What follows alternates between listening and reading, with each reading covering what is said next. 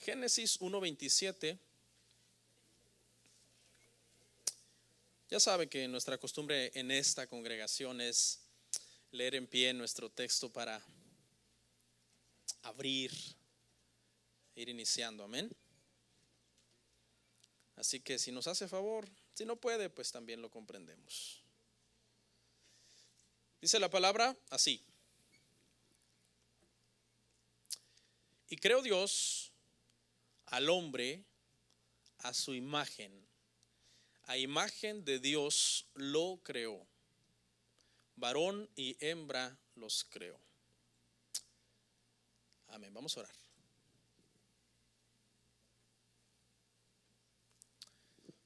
Padre, gracias.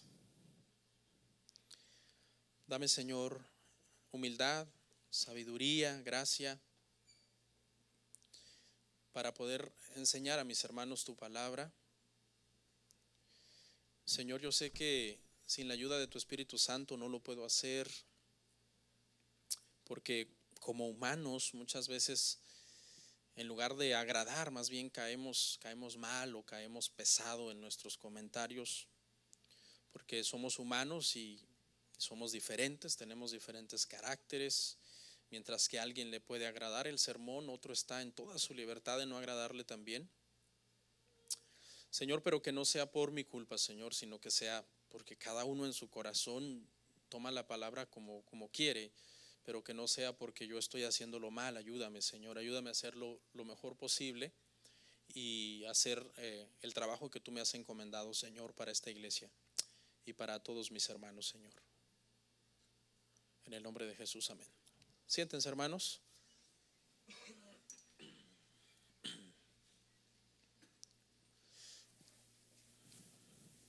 ¿Listo? Siéntese ahí junto a su pareja. Si no están peleados. Sí, porque a veces quién sabe, ¿no? Siéntese ahí junto a su pareja. Tengamos allá los niños, ¿verdad? Controladitos, si es que los van a dejar. Y los preadolescentes, pues les recuerdo que se quedaron a oír el sermón, ¿ok? Preadolescentes no a checar su Face o su Snapchat ni nada de eso. ¿Sabe, padres, que a los preadolescentes están en una edad en que ellos pues no son maduros y muchas veces no saben lo que hacen? Y es nuestro trabajo guiarlos, es nuestro trabajo decirles qué está bien, qué no está bien. Yo sé que con el paso del tiempo llegamos, hermanos, a cansar muchas veces a nuestros hijos por tanta instrucción que les damos, pero ¿sabe qué? A final de cuentas, un día ellos se van a dar cuenta que nosotros teníamos razón, tal vez no ya pronto, pero un día van a caer en cuenta, van a decir, tenía razón mi papá, tenía razón mi mamá. Cuando tengan sus hijos, ¿verdad? Y vean que no es fácil lidiar con alguien que no te quiere obedecer. Amén. Así que preparemos nuestro corazón, hermanos. Me quiero hacerlo como una charla, así que nos relajemos y verdad, y que sea una especie como de plática, claro, basado en la escritura, pero que sea de aprovechamiento y que todos nosotros, hermanos, podamos relajarnos. Amén. Así que trataré de hacerlo lo más decoroso posible, sin entrar en temas íntimos de matrimonio, porque como dije el domingo, no es una charla sobre sexo, no, es una charla sobre sexualidad. Son dos cosas muy diferentes. El sexo se ve más como un acto de una pareja, y un día vamos a tener una conferencia solo para matrimonios, porque mucha gente tiene muchos tabús en ese sentido. Pero sexualidad, su connotación es más como estudiar una conducta o la naturaleza humana en general, porque todos somos seres sexuales. Entonces quiero hacer esa aclaración de que no tengan miedo de que esos oídos santos, ¿verdad? De sus hijos, que quizás saben más que usted, no van a oír nada fuera de lo normal, ¿ok? Así que estemos preparados. Amén. Bueno, quiero comenzar por contarles un poco, hermanos, que hace muchos años, cuando la ciencia no había tenido todavía muchos avances en el área de la medicina, una de las razones era porque hace muchos siglos los médicos, la ciencia, la sociedad y la religión no veían a bien el abrir un cuerpo, ¿sí? La religión y la cultura y la sociedad condenaba eso, porque decían, no se puede abrir un cuerpo para inspeccionarlo y para estudiarlo, porque está hecho a imagen y semejanza de Dios y no se puede profanar de esa manera. Así que durante todas esas épocas y esos siglos, pues había muy pocos avances, hermano, en la cuestión de la medicina, porque los médicos no comprendían bien muchas cosas sobre el cuerpo en forma interna. Sí, había ese tabú, y se pensaba pues de que al abrir un cuerpo para estudiarlo, pues se estaba profanando algo sagrado. Y es verdad, porque el cuerpo en realidad, hermanos, es algo sagrado, ¿no? De hecho, hay un hueso principal en el cuerpo que se llama el hueso sacro, ¿no? Entonces, pero bueno, a pesar de toda esa oposición, tanto de la religión y de la cultura, se acabó venciendo ese tabú y los médicos comenzaron a abrir los cuerpos y comenzaron a estudiar el hígado y el riñón y los pulmones y el corazón y a darse cuenta cómo es que el cuerpo está constituido por dentro, y de tal forma que pues aprendieron a diagnosticar enfermedades y a curar algunas situaciones. Bueno, de ahí se vino un avance, hermano, tremendamente a pasos agigantados, hermanos, en lo que es la salud. ¿Qué tiene que ver esto, hermanos, con nuestra charla sobre sexualidad?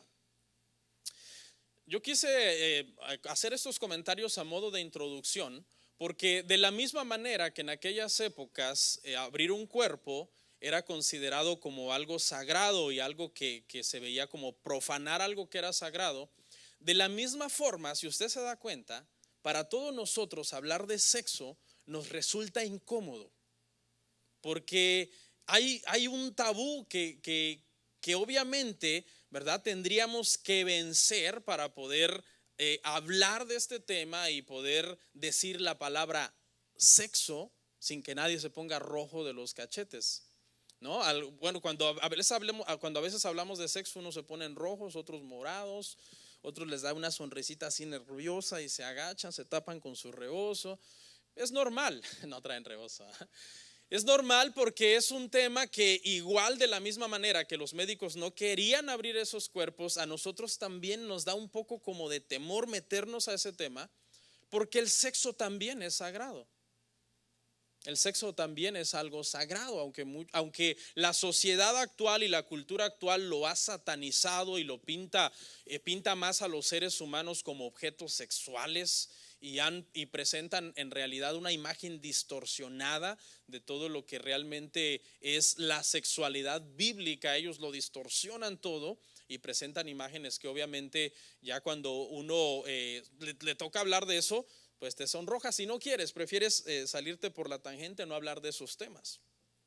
Entonces el día de hoy, hermanos, vamos a vencer algunos tabús, vamos a poner a un lado algunos tabús para poder hablar un poco de esto, sin ser demasiado profundo. ¿Por qué? Porque voy a abarcar un poco a los matrimonios, un poco a los jóvenes, un poco a los más jovencitos, que son niños de 10, 11 años, pero vamos a hablar un poco de esto en la iglesia. Nosotros estamos acostumbrados que esto se hable en la escuela, pero no en la iglesia. ¿Por qué?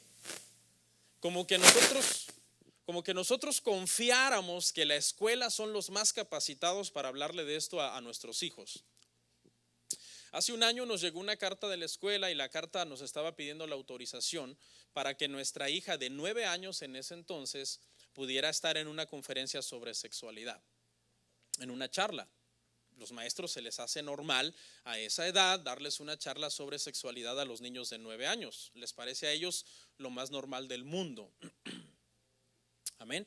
Así que yo leí la carta, llamé a mi hija, me senté con ella unos minutos y le expliqué sobre sexualidad. Dije yo, bueno, la voy a mandar ya bien armada para que allá no le vayan a decir algo que contradice las escrituras.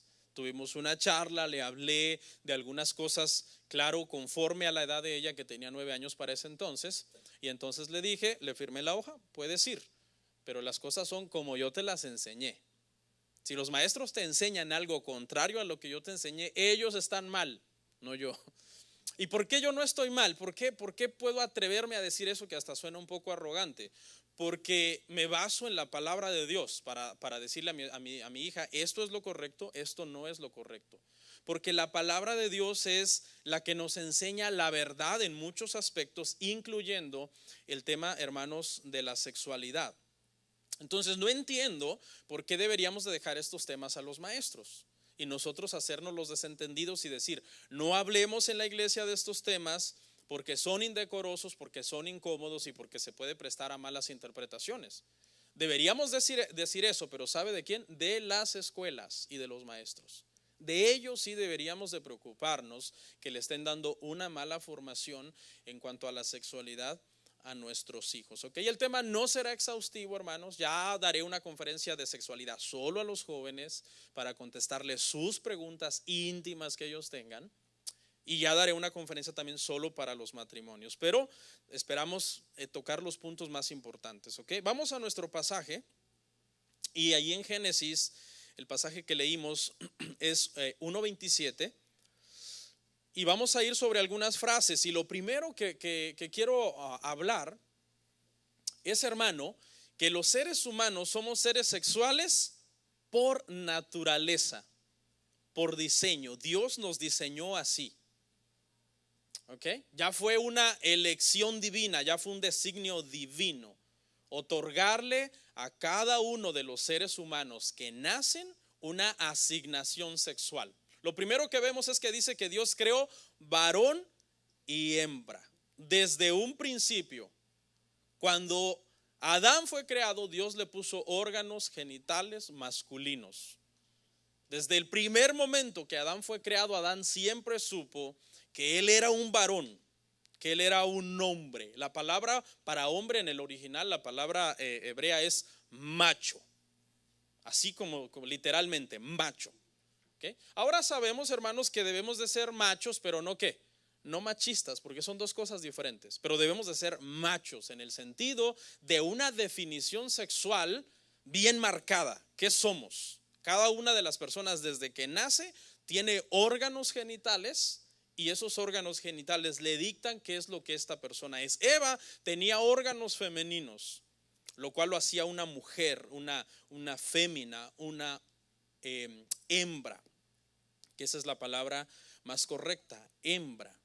¿Okay? Ninguno de ellos pensaban que estaban confundidos o que estaban en un cuerpo equivocado, jóvenes. ¿Okay? Ninguno, ni Adán ni Eva. Dijeron, Adán no dijo, no, pero es que a mí no me gusta.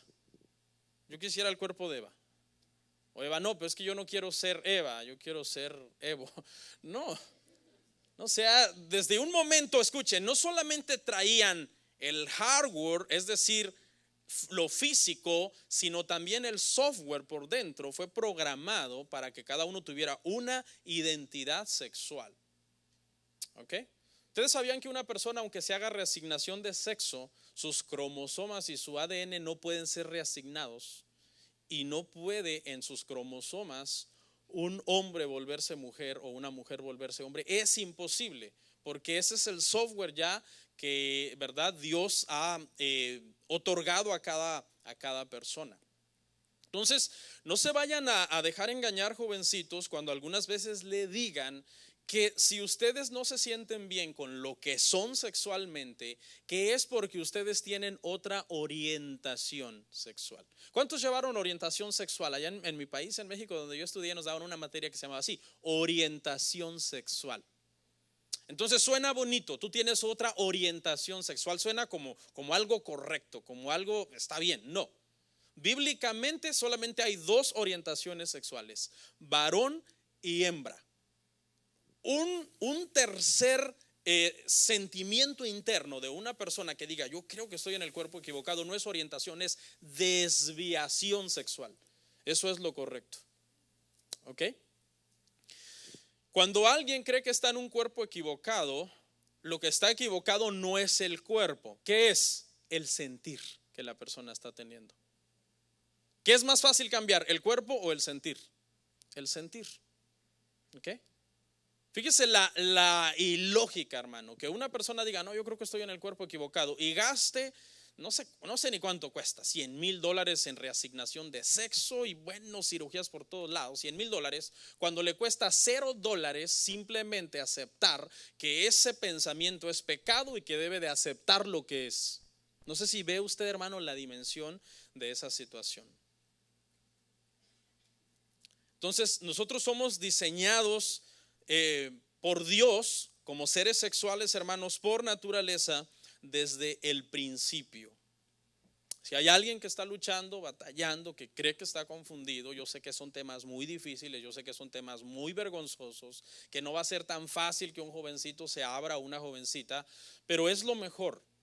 Es mejor que ahora, que quizás eres todavía bastante joven, se te pueda dar una enseñanza bíblica correcta. No necesitas una liberación y echarte aceite, no, sino aceptar que es pecado la tendencia que tienes y que por la palabra tú debes aceptar lo que Dios dijo que tú eres, lo que Dios te diseñó que tú eres y cómo Dios te creó. Somos por naturaleza diseñados para muchas cosas. Por ejemplo, ¿por qué nos gusta comer? Porque por naturaleza Dios nos dio boca, nos dio, hermanos, estómago, nos da hambre, y el hambre no es opcional. Uno no se levanta un día y dice simplemente hoy no voy a comer, hoy voy a programar que no me dé hambre. No, porque ya tu cuerpo fue diseñado para eso. Fuimos diseñados para dormir. Tenemos ojos, tenemos un cerebro que se sobrecalienta si nos desvelamos, un cuerpo que después de muchas horas de insomnio puede perder completamente el equilibrio y desmayarse. Y en el aspecto sexual también tenemos deseos sexuales que satisfacer, porque Dios nos dio esos deseos sexuales y esos órganos sexuales desde un principio. La diferencia entre una cosa y otra es que las primeras dos cosas las comenzamos a hacer desde que nacemos, ¿verdad? Desde que nacemos ya por naturaleza comemos y dormimos. Y después de dormir nos da hambre. Y después de comer nos da sueño. Pero la cuestión sexual no se puede comenzar a satisfacer inmediatamente. Eso tiene que llegar el tiempo de la maduración de la sexualidad de cada persona, de la maduración, no de la definición. No, porque el varoncito es varoncito desde que nace. Es más, ahora ya nosotros sabemos desde antes que nace, con un ultrasonido 3D, ¿no? Y la niña es niña desde que el Señor así lo designa en su designio, hermanos, eterno. Entonces, a diferencia de otras naturalezas que tenemos, esta naturaleza, la naturaleza sexual, por ser sagrado, más sagrado que lo demás, está rodeado de muchos mandamientos en la Biblia para que se pueda llevar a cabo de la forma bíblica y de la forma correcta. Necesitas esperar el tiempo indicado, necesitas estar para satisfacer ese deseo con la persona indicada y hacerlo todo bajo el escrutinio de que Dios dice en su palabra, esto sí, esto no, de esta manera. Sí, o sea, está rodeado de muchos mandamientos la cuestión sexual. Pastor, pero es que a los 12, 13 años ya las hormonas maduraron y las niñas tienen su periodo y los varones tienen reproducción de espermatozoides. ¿Significa eso que están listos entonces? Porque usted dice, no lo pueden hacer inmediatamente al nacer porque es algo sagrado. Tienen que esperar a que llegue la maduración de las hormonas. Pero a los 12, 13 años significa que están listos hormonalmente. Pero no están listos, ¿qué? Neuronalmente. O sea, las hormonas están listas, pero las neuronas no. Las neuronas necesitan madurarse. Por allá a los 21, 22 empiezan a madurar las neuronas. ¿Y significa que ya tiene 21 y se está quemando y se tiene que casar? No, tiene que esperar en la voluntad de Dios. Así que miren, preadolescentes, y se los digo con todo mi amor, cuídense mucho, porque el hecho de que ustedes a los 12 años, 13 años, porque eso es verdad. ¿Cuántos de los que son aquí, cuántos adultos aquí un día fueron adolescentes? Pues todos, ¿verdad? ¿Se acuerda cuando teníamos 12 años? ¿Usted se acuerda? Cuando teníamos 13, cuando comenzamos a despertar a nuestra sexualidad. ¿Cómo andábamos? Andábamos con esa situación sexual. ¿No le parezca extraño entonces que sus angelitos, pues nuestros hijos, pasen por esa misma situación? ¿Estás listo hormonalmente? Podríamos decir que a medias, porque las hormonas siguen madurando tal vez, ya está el deseo ahí, pero no estás maduro neuronalmente. ¿Para qué? Para afrontar un embarazo no deseado, una enfermedad de transmisión sexual o que alguien te engañe, te abuse. Hoy hay mucho abuso, mucho engaño en las redes sociales. Cuidemos a nuestros hijos, especialmente a las niñas. No es machismo, ¿ok, hermanos? No es machismo, pero es más fácil que una niña de 12, 13 años tenga una conducta inapropiada en las redes sociales a que un varón lo haga. sea, es más fácil. Las niñas no sé por qué tienen eso, les gusta. No hablo de ninguna niña de acá, hablo de estudios que se han hecho y de investigaciones y de datos reales que arrojan esas cifras. De muchas redes sociales hoy que los padres ni sabemos que existen. Es más, yo ese Snapchat nunca lo he aprendido a usar. Y jovencitos de acá se sueltan el pelo en Snapchat. Hacen lo que quieren. Y hay muchas de esas redes sociales que tú, papá, tú ni sabes. Muchas veces tu hija a las altas horas de la madrugada con su teléfono iPhone 10, no sabes qué está haciendo. Y sabes que no estoy acusando a ninguna jovencita acá, pero los estudios dicen que la mayor parte de niñas de esas edades están muchas veces conectadas en vivo con hombres que les están diciendo suéltate el pelo, modélame aquí, haz esto, haz lo otro. Y muchos de esos hombres son pedófilos que hacen daño. Entonces no están listos neuronalmente, muchachos, y deben de cuidarse. Aunque ya el deseo esté ahí, todavía no están listos. Ahora continuamos, ok. Los creó varón y hembra, pero escuche esto, bien interesante. Los creó a su imagen, a imagen de Dios los creó. ¿Qué significa esto? Significa que Adán y Eva, aunque eran diferentes en diseño, eran iguales espiritualmente. Ambos tenían un espíritu eterno, ambos tenían razonamiento, ambos tenían voluntad. Diferentes en diseño, pero iguales espiritualmente. Y como los creó a imagen de Dios, escuche, la atracción más fuerte de Adán y Eva no era entre ellos. Es normal que un hombre se sienta atraído hacia una mujer cuando llega a los 12, 13, 14 años. Es normal. Es normal que una niña de 12, 13, 14 años se empiece a despertar y vea, de repente veía bien feo a un muchacho y ahora dice, ahora lo ve guapo. Y te dice a ti, papi, ese niño está guapo. Y tú lo ves y dices, ¿cómo? Pero si no le veo forma a ese niño. No, porque uno siempre anda tratando de espantárselos. Pero escucha, hermano, el misterio en este versículo, un misterio, dijeron aquellos misteriosos que hablan de puros misterios. Escucha esto tan lindo, hermano. Adán y Eva tenían atracción uno por el otro. Sí, porque dice que Dios le creó a Adán, ayuda ¿qué? Idónea. Idónea. De hecho, la expresión que Adán usó, hermanos, cuando él vio a Eva, podríamos traducirla como wow. Así se podría traducir la expresión que él, cuando él dijo, he aquí, ahora esta es carne de mi carne, hueso de mi hueso. Esa expresión, o sea, fue que Adán quedó enamorado y flechado de Eva cuando él la vio, porque ya habían desfilado todos los animales delante de él y no se había hallado ayuda idónea para él. Pero cuando él la vio, él quedó flechado. Pero escuche, por favor, silencio los niños.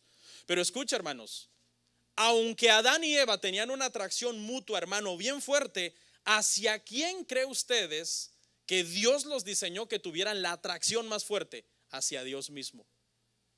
Esa es la razón por la que un matrimonio no te hace feliz. Jóvenes que están, que me caso, que estoy deprimido, que ya me quiero casar, que ya quiero una novia. El noviazgo y el matrimonio te puede hacer sentir bien por una temporada y depende con quién te cases, ¿no? Pero realmente hay mucha gente casada o soltera que está infeliz. ¿Por qué cree usted? Porque la felicidad del hombre o la llenura completa de un hombre, Dios la diseñó para que fuera llenada por él, no por la pareja. Entonces, la verdadera felicidad, hermanos, no está en el estado civil. La verdadera felicidad está en el estado espiritual. Por eso Dios dice, los diseñó varón y hembra, a imagen de él. Se atraían entre ellos, claro, pues los hizo uno para el otro. Pero como era imagen de él, lo único que llenaba a Adán, lo único que llenaba a Eva era una relación con Dios. Así que esos que tienen prisa por casarse, tranquilos, no pasa nada. Pastor, como en eso usted.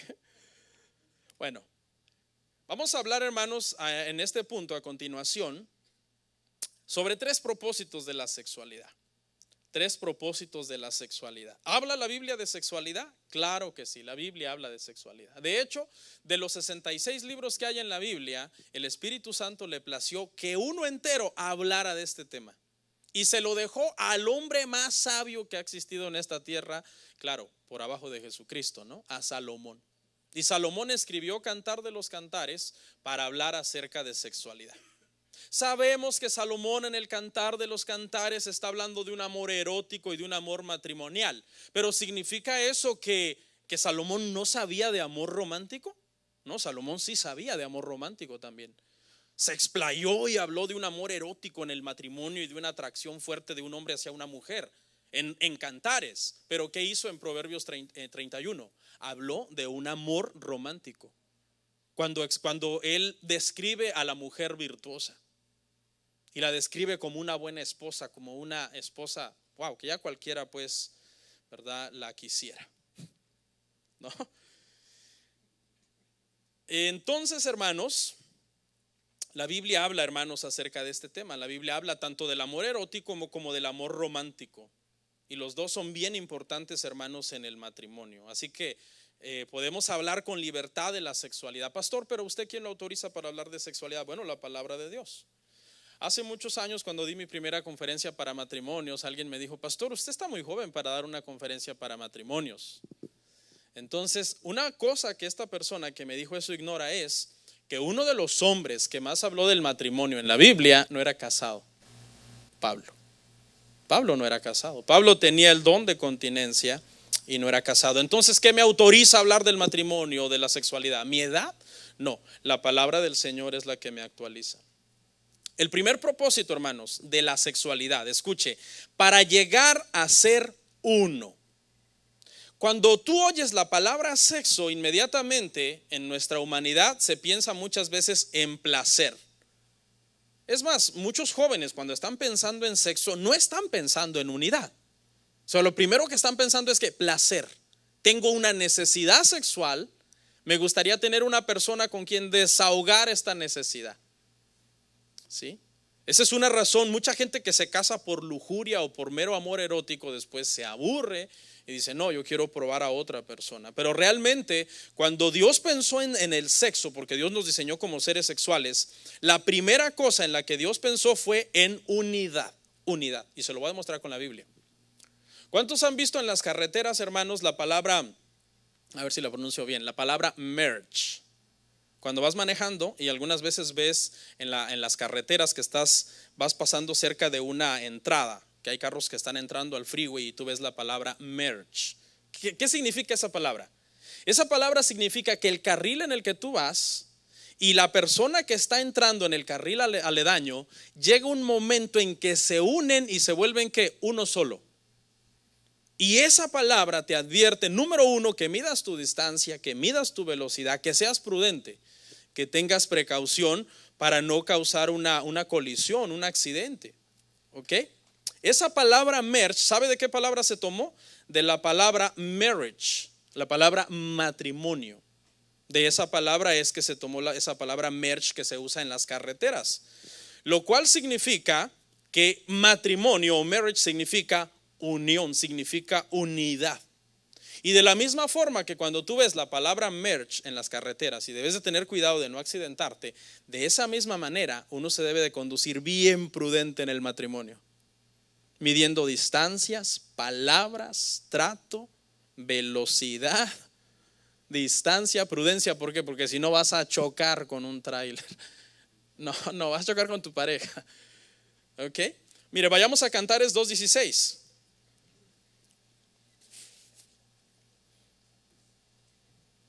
Porque ten cuidado, porque si chocas en el matrimonio te puede ir mal,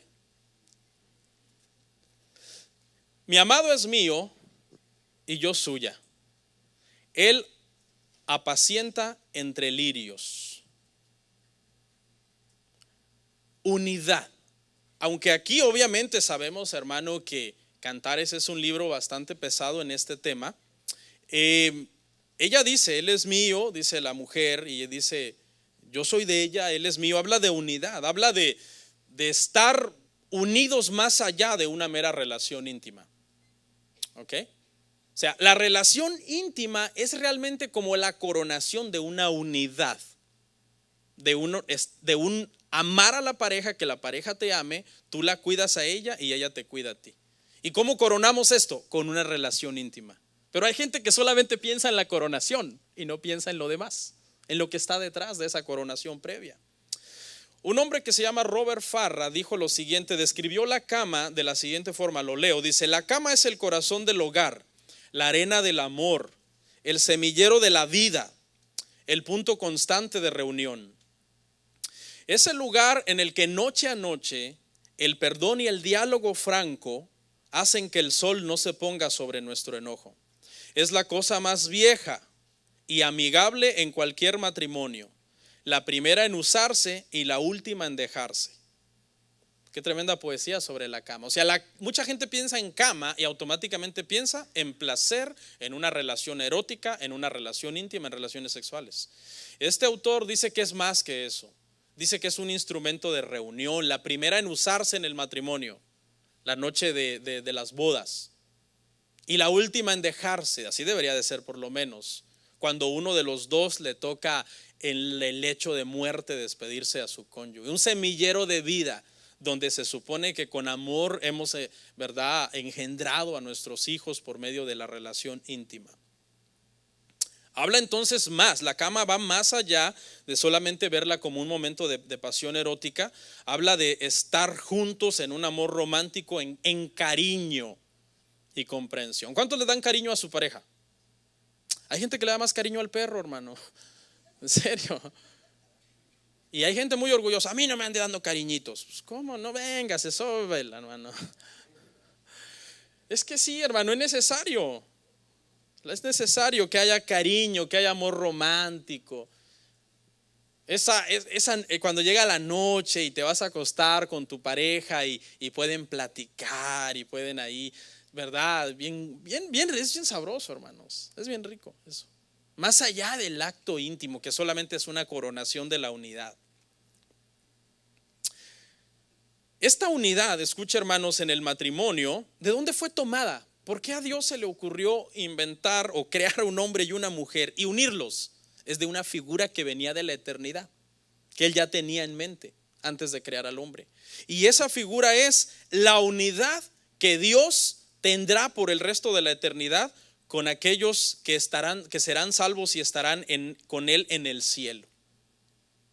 El matrimonio es un tema, hermano, que representa la unidad de Dios con los salvos, con su iglesia. Por eso la Biblia comienza con un matrimonio, Adán y Eva en Génesis, y termina con un matrimonio, Cristo y la iglesia en Apocalipsis. El matrimonio es muy importante, hermanos. Al menos aquí en la iglesia siempre hacemos mucho énfasis en el matrimonio. Es muy importante y debe de ser sano, porque los matrimonios sanos forman iglesias sanas. Una vez un hombre irónicamente dijo, porque estaba amargado con su esposa, espero que no sea usted, y ese hombre dijo: si tener esposa fuera tan bueno, entonces Dios tendría esposa. Ese hombre habló ignorantemente, porque la Biblia dice que Dios tiene una novia con la cual se piensa casar. Entonces es unidad, hermanos. No pensemos inmediatamente que cuando Dios diseñó el sexo pensó inmediatamente en placer. Sí pensó en placer y ya vamos a llegar ahí, pero lo primero fue unidad. Dios desea, hermanos, en el matrimonio que el amor romántico vaya en aumento. Eso es lo que Dios desea, hermanos, en el matrimonio. El amor romántico vaya en aumento. Aunque el amor erótico, escuche, vaya en detrimento. Es decir, se va disminuyendo. Porque hay que ser realistas. Hay que ser realistas. Los años pasan, ¿sí o no? Ya no tenemos las mismas fuerzas. 4 niños en mi caso, que no te dejan en paz. Los mandas a dormir, váyanse porque tú tienes una cita con tu pareja. No, ahí están, hermano, que quiero leche, quiero unas galletas Oreo. Y tu Señor, dame paciencia. El trabajo, el cansancio, todos los quehaceres que la esposa hace, todos los afanes, el estrés. Hay que ser realistas, hermano. El amor erótico, en realidad, cuando ya uno va pasando los años y los años, naturalmente, no que ese sea el propósito, que ya vamos a llegar ahí de mucha gente, evitarlo, a propósito, evitarlo, no, sino que naturalmente, hermanos, se va disminuyendo. ¿Ok? Pero el amor romántico, un cristiano, hermano, o una cristiana que tengan unos años de casados, 10, 15, 20 años de casados, y que su amor, escuche, no es más grande que cuando se casaron, su amor romántico, están mal espiritualmente. Voy a decir algo, a veces no quiero hablar de mí porque a veces no quiero que me vayan, el pastor se jacta mucho, no, pero a veces sirve para dar un ejemplo, una ilustración. Yo le voy a decir algo y lo digo públicamente. Yo me casé, hermanos, hace 13 años y hoy yo les puedo decir con toda sinceridad que hoy, 13 años después, yo estoy más enamorado de mi esposa que cuando nos casamos. Y yo se lo he dicho a ella muchas veces. Sí. Y ella, pero entonces no me querías, ¿por qué te casaste conmigo? No, sí te quería, pero en el paso de los años he aprendido a amarte de una forma más bíblica, de una forma más pura, más maduramente, más considerado contigo. Y yo se lo digo a ella. Así que si alguna vez tú le vas a decir a tu pareja, mi amor, ya no te amo como antes, procura que la siguiente frase sea, ahora te amo más. Porque si la frase es, ahora te amo menos, algo está mal espiritualmente en ti. Y este es un consejo para los matrimonios jóvenes. Amar es un mandamiento bíblico. Y tu espiritualidad, entre más espiritual eres y tú más te sometes a Dios, más obedeces ese mandamiento. Y ahora sí, vamos a llegar al segundo propósito de la sexualidad. Pero que nos quede claro, hermanos, que el primero es unidad. Es lo primero que Dios pensó, unidad, algo que representara la unidad que Él va a tener con los salvos. 2, para la reproducción de la raza humana. Ese es el segundo propósito, hermanos, de la sexualidad. Si usted voltea a ver ahorita, hermanos, a cualquier persona que esté junto a usted, adelante o atrás, esa persona que usted está viendo es el producto de una relación sexual. Pues, ¿lo había visto así? Es el producto de una, no sé, noche de pasión o qué sé yo, que sus padres tuvieron. Si Adán y Eva nunca hubieran tenido relaciones íntimas, usted y yo no existiríamos. Dios los diseñó como seres sexuales por varias razones, pero una de ellas es, ya vimos, unidad, y la segunda es, hermanos, la procreación, el tener hijos. Ahora entendemos que Dios en su soberanía, actualmente eso no pasó en el principio, porque si no, no hubiera humanidad. En el principio con Adán y Eva era fértil, ¿no? Actualmente Dios en su soberanía no permite que algunas personas no tengan hijos, porque Él hace como Él quiere, siempre obrará para bien para esa persona, ¿ok? Pero en aquel entonces habría que tener muchos hijos. Dios ordena tener hijos, Génesis 1:28. Y los bendijo Dios y les dijo, fructificad y multiplicaos, llenad la tierra y sojuzgadla, señoread en los peces del mar, en las aves de los cielos y en todas las bestias que se mueven sobre la tierra. ¿Ok? Llenadla. ¿Sabe qué mandato tenían Adán y Eva, hermanos? Tener relaciones lo más posible. En pocas palabras, si lo vemos desde otro ángulo, llénenla, Señor, pero es que Señor, apenas tuve un hijo. ¿No? Que llenen la tierra. Y tenían esta responsabilidad, era un mandato, llenen la tierra. Por eso hay que echarle ganas, hermanos. Escuche, Dios quería que la gente se dispersara, Dios no quería que la gente se amontonara en un solo lugar. Cuando se construyó la Torre de Babel, Dios los dispersó. Tienen que llenar la tierra, tenían que tener hijos, era un mandato. ¿Qué más? ¿Qué más podemos ver acá? Entonces, inciso A, parte de la reproducción es porque Dios ordena tener hijos. Inciso B, porque los hijos, dice Dios en su palabra, que son una bendición y son un regalo de Él. Salmo 127, 3-4.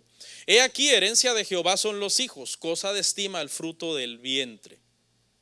En la antigüedad, repito, la esterilidad era considerada como una maldición y tener hijos como una bendición. Lo de la esterilidad ya no aplica, ¿verdad? Ya estamos en el tiempo de la gracia. Pero lo de tener hijos sí sigue vigente, sigue siendo una bendición. ¿Ok?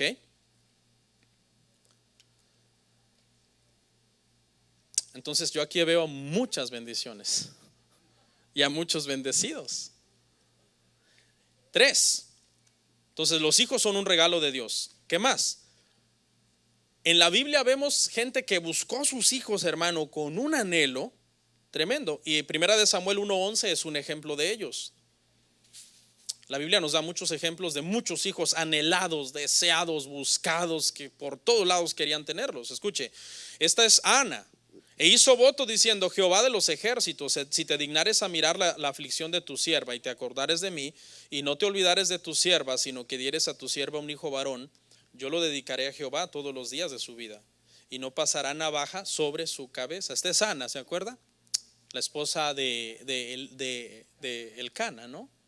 Y te dice que este hombre tenía otra mujer que se llamaba Penina, y ella tenía hijos y se burlaba de ella. Entonces Ana estaba afrentada porque era estéril, le pidió un hijo, lo anheló y oró con todo su corazón. En la antigüedad sí se buscaban los hijos cuando por alguna razón, ya tiempos más para acá después de Eva, había mujeres estériles. Y empezó en la línea de Jesucristo, hermano, podemos ver un montón de mujeres que eran estériles. Y era una oposición de alguna forma satánica, por decirlo así, hermano, porque obviamente de esa línea iban a ser Jesucristo. Por ejemplo, Sara era estéril. Ella anhelaba un hijo con todas sus fuerzas. ¿Cómo se llamó su hijo? Isaac. Isaac se casó ¿con quién? Con Rebeca. Y Rebeca era estéril. Dice que Isaac oró por ella. Y como era un profeta y un patriarca al mismo tiempo, esa mujer se sanó y tuvo gemelos, Esaú y Jacob. Y Jacob se casó con Raquel, que era por la línea de Jesucristo. ¿Y Raquel era qué? Estéril. La otra, Lea, hermano, cada año, hermano, estaba tejiendo un montón de chambritas. Y Raquel nada, hermano.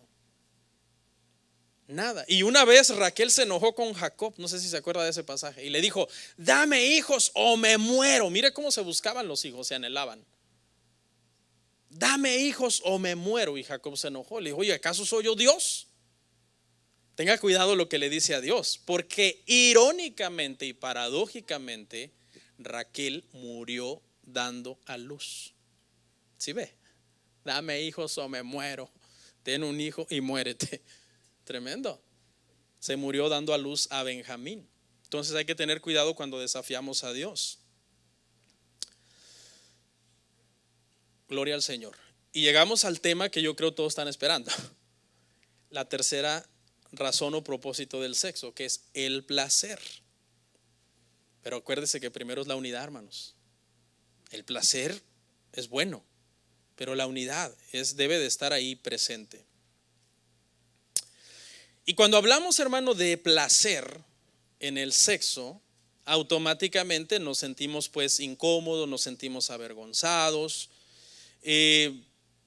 ¿Por qué es incómodo, hermanos? ¿Por qué es incómodo hablar del placer? Dios nos diseñó, hermanos, no solamente los órganos con la capacidad de reproducir, sino que también los órganos tienen la capacidad de sentir placer. Por ejemplo, el clítoris de una mujer no tiene ningún propósito en la reproducción.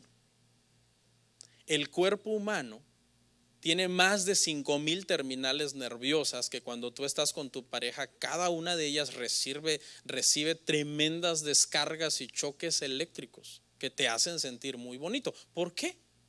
¿Por qué hizo eso Dios? Dios está pensando también, hermanos, y lo dio para que de una forma sana también haya placer en las relaciones sexuales. ¿Por qué es tan controversial hablar de placer en el sexo? ¿Sabe por qué? Porque el sexo se tiene como algo sucio. Mucha gente piensa de las relaciones sexuales como eso. No, eso es sucio, eso es algo malo. Por eso mucha gente, cuando tiene relaciones íntimas con su pareja y lo está disfrutando, a veces sus tabús mentales le hacen sentir ¿qué? Culpa. Dice: ay, no, estoy teniendo, más las mujeres, ¿no? Vamos a entrar por ahí. Las mujeres son más. Las mujeres, no todas, pero algunas mujeres que tienen muchos tabús sienten que si le demuestran a su pareja a la hora de estar juntos que lo están disfrutando, es como sentir culpa, como oh, qué sucia soy. Mi esposo está viendo que yo estoy disfrutando estar con él. ¿Qué va a pensar de mí? ¿Me entiende? Como si fuera algo completamente indecoroso. ¿De dónde salieron todos estos tabús? Hay ideas y cosas que se han acuñado a lo largo de muchos siglos que realmente no tienen ningún respaldo bíblico. Pero le voy a leer, esto ya lo leí en una ocasión en un sermón que di. Le voy a leer, hermano, una mentalidad de una mujer, una señora, que ella escribió en contra de la sexualidad. Ella se expresó en contra de la sexualidad, y yo creo que en parte mucha gente de ahí tomó sus tabús y se empezaron a ver como que el placer era algo prohibido en el sexo, como ok, me voy a casar para que me mantengas, para que me des hijos, porque era deshonroso en la antigüedad no tener hijos, ya expliqué el contexto, pero no para que me disfrutes o yo te disfrute a ti, porque eso es algo malo. Ella se llamaba Ruth Smithers. Lo que voy a leerles lo escribió en 1894. Era la esposa de un pastor. Escuche lo que ella escribió acerca del sexo y el matrimonio. Voy a leer varios puntos. Dice, aquí ya empiezo a citarla a ella. El matrimonio es bueno y malo a la vez. El matrimonio es bueno para la mujer porque un hombre le proveerá lo que necesitará toda su vida. Acuérdese, 1894. Esa era la mentalidad. Pero por otro lado, es malo porque ella tendrá que pagar un alto precio por esto al tener que tener, valga la redundancia, relaciones íntimas con él. Continúo. La mujer debe dar pocas relaciones sexuales, pocas veces y a regañadientes. Mujer, si no haces esto, tu matrimonio se convertirá en una lujuria sexual. Pero entre más te le niegues a tu esposo, poco a poco irá demandando menos y dándose por vencido.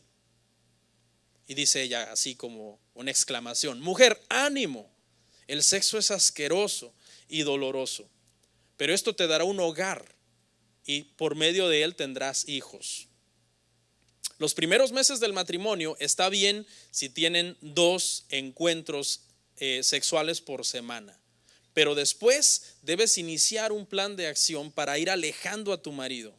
Cosas como enfermedades, dolores de cabeza, dormir con los niños, discutir por la noche, meterte al Facebook. No, el Facebook no existía, ¿verdad? No, dice dormir con los niños por la noche son buenos recursos. La esposa inteligente siempre buscará nuevos métodos para disuadir a su esposo en sus avances y así poco a poco reducir el contacto sexual. Los encuentros deben ser reducidos poco a poco hasta llegar a ninguno. Pobre hombre, pobre pastor. Para el final del 5.º año deben ser 1 por semana. Dice, trata de tener todos tus hijos antes del 10.º aniversario para que así ya no tengas relaciones en absoluto con él. Para estas alturas, trata de no tener el más mínimo contacto sexual con él. Deja que el amor de tus hijos llene tu corazón y él no te dejará por la presión social de estar con sus hijos. Pues como ven, hermanos, este escrito que se hizo en 1894 de parte de esta esposa de un ministro, pues yo creo que se regó y mucha gente comenzó a verlo como esto es lo correcto, esto es algo que así debería de ser. Entonces prácticamente el mandamiento es alejar al marido, no tener relaciones con él, negarse lo más posible. Y pues es algo, verdad, hermanos, que les quiero aclarar a las hermanas que están aquí, que eso está mal. Eso es antibíblico, es completamente en contra de los mandamientos de Dios. ¿Ok? Dios diseñó el sexo es para unidad, para procreación, pero también para placer. Es más, la Biblia dice todo lo contrario de esto. La Biblia dice que si un hombre y una mujer van a estar separados íntimamente por un periodo de tiempo, que sea solamente por cuestiones de oración o por cuestiones espirituales, pero que después, rápido, en mi versión, ¿no? Que después dice, no, es que eso es lo que quiere decir ahí. Dice, vuelvan a juntarse para no entrar en continencia, no sea que sean tentados por el diablo. Entonces, marido, dile a tu mujer, me está tentando el diablo, porque si no, no accede a nada, señora. Pero escuchen, la Biblia manda que la mujer no se niegue al marido, ni el marido se niegue a la mujer. Porque ¿qué cree? No solamente hay mujeres que se niegan, hermanos, a sus esposos, también hay esposos que se niegan a sus esposas. Y cualquier hombre aquí que se la dé de muy sexual diría, no lo puedo creer, pastor, ¿cómo es posible? Indignado, ¿no? O sea, yo paso mendigando y aquel pasa negándose, ¿cómo es posible, no? Pero ¿qué crees si hay, hermano? Hay hombres que llegan y nada, llegan a dormir, hermano. Y a veces la mujer, pues es mujer, tiene necesidades. Dios la diseñó con necesidades íntimas. Pero placer, pastor, ¿está eso en la Biblia? Proverbios 5, 18 al 19. Presiento que hoy la prédica se les va a hacer corta, pero ya voy a terminar. Proverbios 5, 18 al 19. Búsquelo.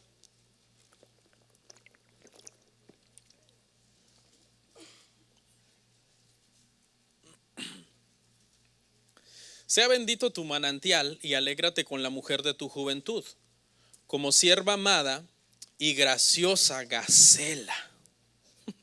Sus caricias te satisfagan en todo tiempo, y en su amor recréate siempre.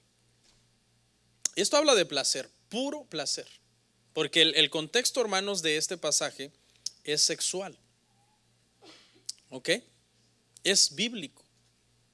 Es bíblico que el hombre disfrute el cuerpo de su esposa y la esposa disfrute el cuerpo de su esposo.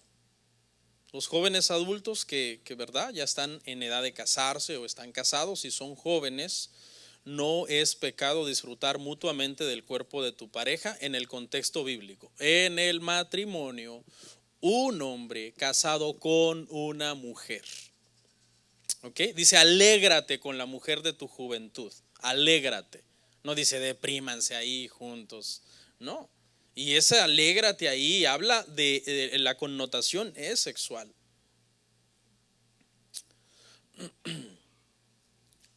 ¿Ok? Hombre con mujer, mujer con hombre, casados. ¿Por qué? Porque el sexo es algo sagrado. Es muy delicado que tú quieras tener relaciones sexuales a tu manera. El sexo, jóvenes y adolescentes, les voy a decir un secreto acerca del sexo. ¿Okay? El sexo puede producir los más grandes placeres, pero también los más grandes traumas. ¿Sí? Puede volverse algo horrible, puede volverse una pesadilla. La cuestión de la sexualidad. ¿Por qué? Porque vivimos en un mundo caído que ha distorsionado la sexualidad bíblica. Y entonces mucha gente quiere buscar satisfacer su instinto y su placer por medio de relaciones ilícitas. Por ejemplo, el sexo por la fuerza, ¿cómo se llama? Violación. El sexo con una persona del mismo sexo, ¿cómo se llama? Dígalo fuerte, sin miedo, se llama homosexualismo, aunque nos lleven a la cárcel, ya ni modo. ¿Sabe que está bien duro ahorita este tema, hermano? Eso está bien delicado ahora decirlo, pero ahí me sacan, ¿no? El sexo con tu novio o tu novia antes de casarse, ¿cómo se llama? Fornicación. El sexo con alguien casado o casada, ¿cómo se llama? Y hay otros que me da pena mencionarlos, que son más horribles que estos, como el sexo con un familiar. ¿Cómo se llama? Incesto. El sexo con un animal, que eso la Biblia lo prohíbe porque ya desde tiempos de antaño se practicaba bestialismo o zoofilia. El sexo con menores, pedofilia. Todas esas relaciones sexuales que no están en el marco de la palabra son condenadas por Dios. Y el único sexo entre un hombre y una mujer casados se llama matrimonio. Dios puso su estándar. Este es el estándar bajo el cual yo permito, bendigo y disfrútenlo. Yo no me voy a tapar los ojos cuando ustedes estén teniendo relaciones sexuales. ¿Será que uno puede tener relaciones sexuales con su pareja para la gloria de Dios? Claro. Pues si es algo sagrado. No, pastor, porque ahí sí ya Dios no, ahí Dios se tapa los ojos, no quiere ver. No sé si ha visto, los preadolescentes son así, los preadolescentes, 12, 11 años. Estamos viendo una película, pasa una escena de beso, un beso normal, decente. ¿Y qué hacen los preadolescentes? 11, 12 años. Y se están viendo por aquí, ¿no? Algunas veces yo le doy unas muestras de cariño a mi esposa, la abrazo, le doy un beso y mis hijas que me dicen, ¿ya terminaron? Ya terminaron. Como si yo les estuviera, no sé, emanando rayos láser que los va a dejar ciegas o algo. Preadolescentes y jóvenes, Dios no se tapa los ojos. Cuando un hombre y una mujer están en intimidad bajo los estándares que Él ha estipulado para el matrimonio, Dios no dice, ay, me da pena verlos, ay, se están disfrutando demasiado. Si para eso nos diseñó. Tranquilos, no hay una embarazadera a resultar el próximo año. Ya no caben los niños allá atrás.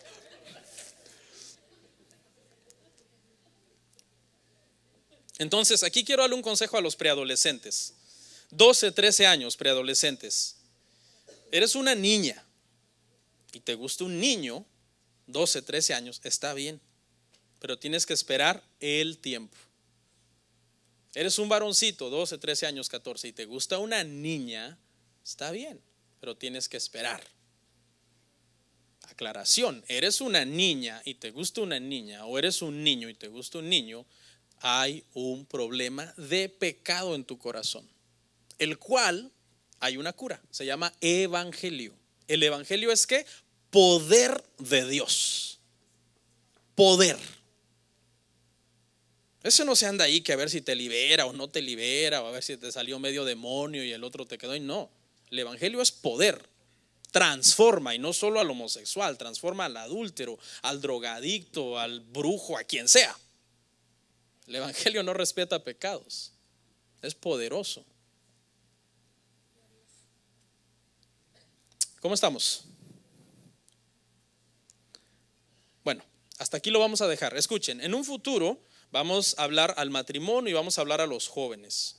Pero por hoy, para que abarcáramos a todos, nos mantuvimos en un margen, como yendo de un punto a otro, para no caer en excesos, porque somos una audiencia mixta. Vamos a orar.